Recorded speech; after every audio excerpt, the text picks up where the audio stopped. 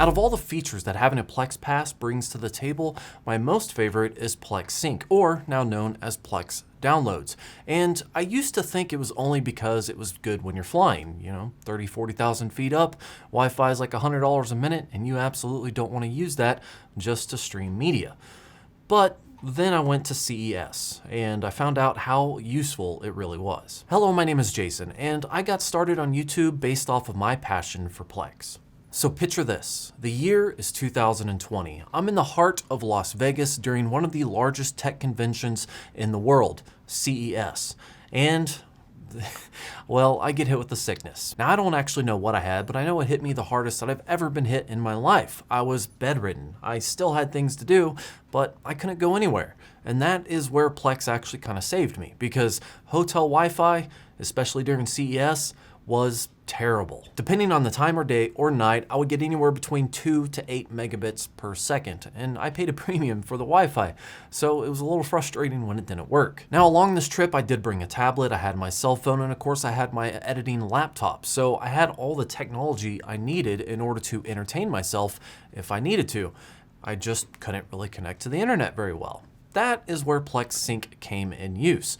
You see, before I left, I sync a lot of different video files that I watch all the time, specifically Star Trek, because that's pretty much what I watch on loop, Star Trek and Stargate. I set Plex to sync different episodes that I knew that I would watch. I mean, I had at least 10 hours worth of stuff that I could watch. What I did not anticipate, however, was being bedridden in Las Vegas just merely a couple days after I got there with internet that was shoddy at best. So I went into my Plex app and I set up the Plex Sync to download all the episodes that I foresaw myself watching. And I wanted to relax and watch some TV.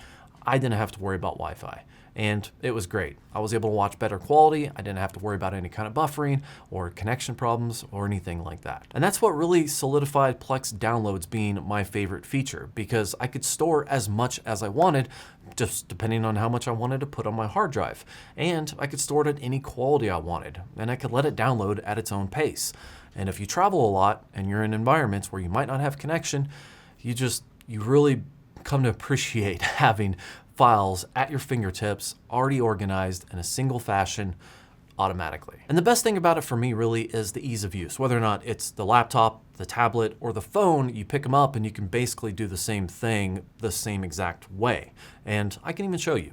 So to give you an idea, I have my phone right here, and I am currently in Season 6, Episode 11 of Star Trek Deep Space Nine. I personally watched this a lot on repeat, and if I was going to go on a plane right now, I would not be able to watch this without purchasing Wi-Fi. And then in the air, it's questionable. So once I load up this, I have two options here. I can either 1, sync just this episode, or 2, I can sync all of Season 6, or really as much as I want to. But let's just say hypothetically, I want to sync Season 6. So I'm going to click this little down arrow button. That's going to bring up the options. From here, instead of syncing all media, I'm going to select unwatched media, because I'm in the loop that I'm in. I don't want to rewatch the old ones that I literally just watched.